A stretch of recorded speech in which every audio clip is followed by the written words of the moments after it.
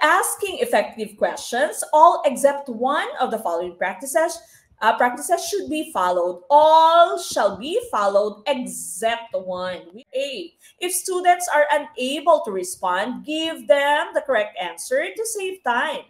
Letter B. Wait at least 5 seconds before calling on students to respond. Letter C. Ask one question at a time. Or letter D. Start your lesson with relatively easy questions and proceed to more difficult ones. First, yung tumpak na choice po natin dito is letter A. Wait one po is the time between asking the question and the answer. Okay, so you throw the question, you wait, and then the students answer. Okay, so that waiting period, you call that your wait one. Okay, now what about your wait two? That is the time after the student answers the question.